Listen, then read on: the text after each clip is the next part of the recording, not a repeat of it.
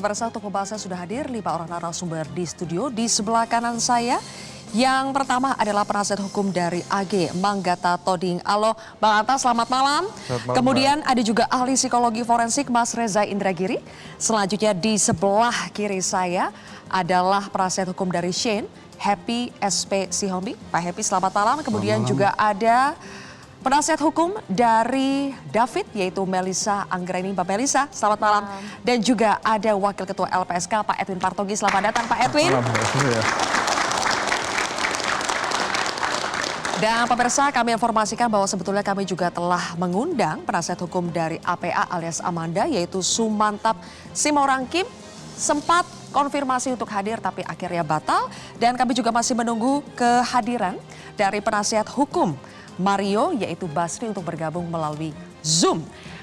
Bapak dan Ibu sekalian, sebelum kita mulai ada informasi terbaru yang kita peroleh hari ini, yaitu APA alias Amanda yang selama ini dikenal sebagai mantan pacarnya Mario, akhirnya malah melaporkan Mario, Shane, dan juga AG ke polisi. Ada apa? Kita simak dulu pernyataannya berikut ini.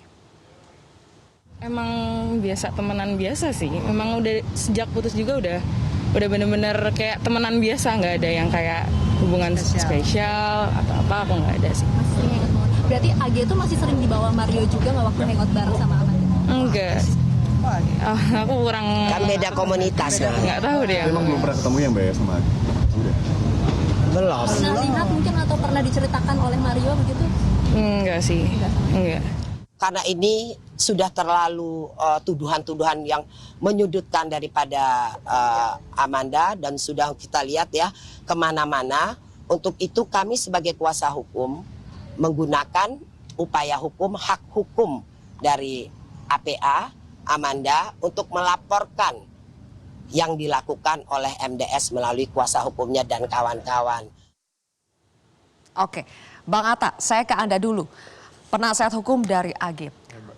AG ini atau Amanda tadi itu kan dituding sebagai pembisik pertama Mario. Katanya si Amanda inilah yang membisiki Mario, ada dugaan perbuatan tidak menyenangkan yang dilakukan David ke AG. Pertanyaan saya, memangnya AG sama Amanda ini saling kenal? Ya, pertama APA ini, atau dia sudah menyebutkan namanya sendiri Amanda melalui kuasa hukumnya, memang kenal, maksudnya saling tahu dengan AG, karena bagaimanapun Mario adalah mantannya Amanda, dan Amanda ini punya adik namanya N, saya belum bisa sebut namanya, yang memang berteman dengan Ananda korban David. Adik Amanda berteman Ya, dengan David, oke. Ya, jadi mereka kenal lah pasti kalau kenal. Oke, kalau kenal iya. Ya. Pertanyaan berikutnya, betul tidak AG, entah dari AG, entah dari David bercerita ke Amanda kemudian bercerita kepada Mario? Iya. Jadi yang kami sampaikan, yang kami perlu tegaskan bahwa kami menyampaikan apa yang ada di BAP pastinya. Dan apa yang ada di alat-alat bukti yang kami bisa lihat. Jadi nama APA ini juga pertama kali muncul kan oleh penyidik. Dan kami merepetisi untuk melakukan pembelaan kepada klien kami. Jadi jangan sampai framing di media sudah menyatakan bahwa ini hal itu diberitahu oleh klien kami, jadi kami harus meluruskan Mbak pastinya. Oke, yang benar versi klien Anda bagaimana? Ya memang itu diberitahukan oleh APA Mbak. Jadi itu clear sih, kami sangat pede untuk itu. Terserah kalau dia mau bikin laporan, tapi jadi Amanda yang mengadu kepada Mario? Oh pasti Mbak. Amanda yang menjadi Pasti. pembisik pertama? Iya. Dari mana Amanda tahu kalau misalnya ada perbuatan tidak menyenangkan dari si David kepada AG? Ini Mbak yang selalu kami hindari sebenarnya membahas ini. Karena bagaimanapun itu porsinya nanti penyidik. Ada satu keterangan dari saksi lain yang belum diambil, tapi kami sudah sampaikan bahwa memang Amanda ini mendapat informasi dari, mohon maaf, Ananda korban David sendiri. Betulkah itu, Mbak Melisa? Itu tentu nggak benar ya. Dari beberapa waktu yang lalu kita juga sudah buka HP-nya anak korban David, di mana tidak ada anak korban ini yang menyampaikan kepada APA gitu. Dan tadi seperti rekan sampaikan, yang pertama kali menyebut adalah penyidik, lalu rekan yang merepetisi itu di luar nalar kita juga, bagaimana mungkin penyidik bisa menyebutkan nama tanpa disampaikan oleh para pelaku begitu. Nah, tetapi terkait dengan APA ini saya sih melihatnya adalah siapa yang pertama kali menyampaikan tentang APA, maka harusnya dia bisa menyelesaikan apa yang dia sampaikan itu. Tetapi dari chat yang kita lihat dari HP-nya David, pernyataan yang terkait dengan APA mungkin dari adiknya yang N tadi itu bukan terkait perbuatan tidak menyenangkannya anak korban D, tetapi perbuatan-perbuatan yang lain ya. Mungkin silakan rekan nanti yang menjelaskan dalam persidangan seperti itu, karena sampai hari ini anak korban D juga belum bisa sadar. Oke. Kami hanya bisa melihat dari HP yang kemudian sudah kami serahkan kok kepada penyidik. Begitu. Kalau dari chat kelihatan ada komunikasi antara David ke Amanda? Jadi kalau terkait dengan anak korban D, kemudian ada adiknya N ya, apakah dia dapat dari adiknya N atau yang lain, just bukan yang pertama kali dari anak korban D, seperti itu. Memang ada chat konfirmasi ya, makanya saya bisa sampaikan bukan dari anak korban D, karena anak korban D posisinya hanya menjawab dan bisa saya pastikan itu bukan terkait dengan perbuatan tidak baik dari anak korban D. Izin saya tanggapin sedikit. Nah, sekaligus ya Bang Atta, bukankah secara awam saya merasa agak konyol ya kalau misalnya David melakukan perbuatan tidak menyenangkan, tapi David bercerita kepada Amanda, tidakkah ini merugikan dirinya sendiri? Jadi kami sekali lagi menyampaikan apa yang kami dengar dari kesaksian klien kami dan kami lihat di chat, Mbak. Kami sekali lagi kami melihat alat bukti yang bisa kami akses dan secara legal kami akses. Kami lihat ada chat antara Ananda dan klien kami, memang ada nama itu tersebut, Mbak. Jadi balik lagi, ini kami rasa nanti biar di penyidikan saja. Kami nggak perlu untuk membuktikan itu di sini karena ini sudah akan berlanjut dan rekan Melisa juga sudah sampaikan tadi, kita nanti buktikan di persidangan aja. Oke, dibuktikan di persidangan, tapi Mbak Melisa saya ingin tanya, sejauh ini dugaan dari pihak Anda, provokator utamanya, biang keroknya itu yang mana? Yang cewek yang APA atau cewek yang AG?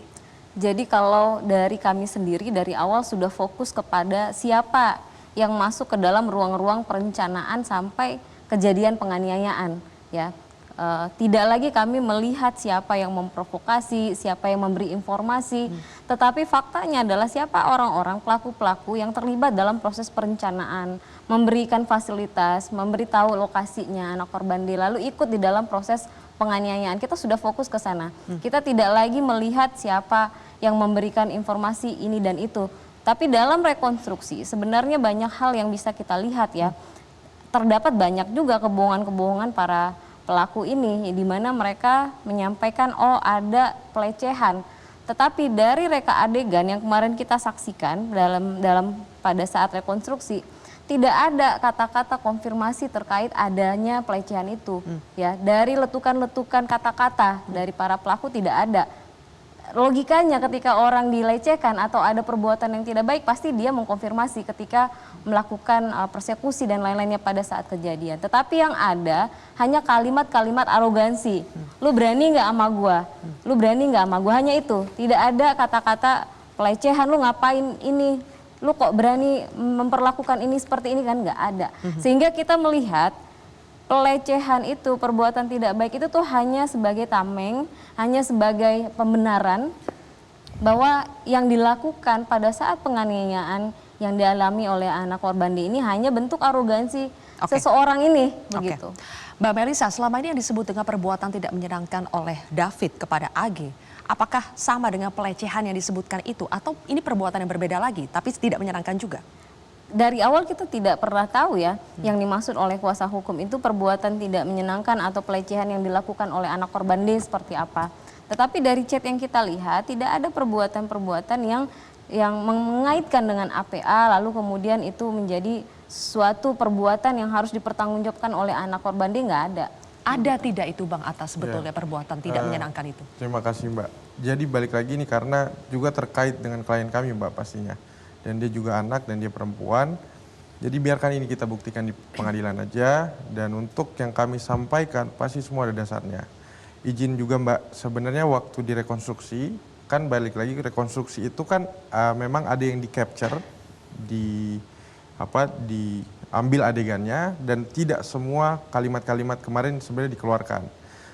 Jelas ada di BAP dan saya yakin juga di BAP Ananda Shane juga nanti muncul beberapa perkataan-perkataan dari tersangka M. Tapi balik lagi Mbak, kami benar-benar Perkataan yang mana maksudnya? terkait dengan tindakan itu Mbak, terkait dengan tindakan yang memicu ini. Karena lucu juga Mbak, ketika nanti Mario datang tidak punya alasan untuk ada yang harus dia konfirmasi. Jadi balik lagi kami selalu menghindari untuk membahas ini karena nanti itu biar di ruang pembuktian. Karena ini ada hak dari anak AG ini yang harus kami jaga. Dan kalau ditarik lagi kemarin yang sering ngomong soal ini awalnya kan pihak kuasa hukum dari Mario sendiri yang bahwa ada informasi dari APA. Jadi kami harus menyampaikan juga, mengkonfirmasi karena hal itu memang yang sebenarnya disampaikan juga oleh klien kami di BAP.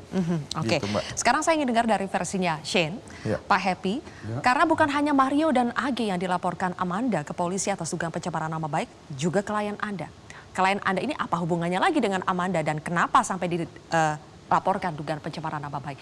Tapi boleh kita bahas nanti ya, pemirsa, kami akan jeda terlebih dahulu, kontroversi akan kembali sesaat lagi.